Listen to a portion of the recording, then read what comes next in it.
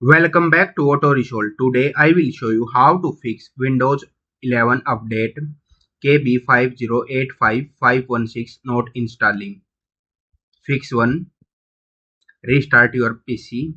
Simply click on Start button, then click on Power icon, then click on Restart, and then again try to install update. Fix 2.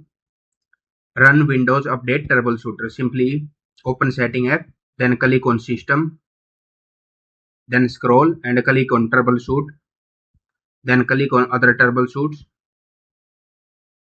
and then you will see Windows Update, then click on Run. Fix 3.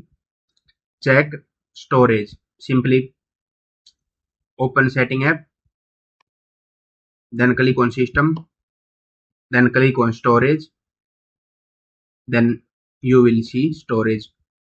If your storage is full, then delete temporary files. Select and then simply click on Remove Files.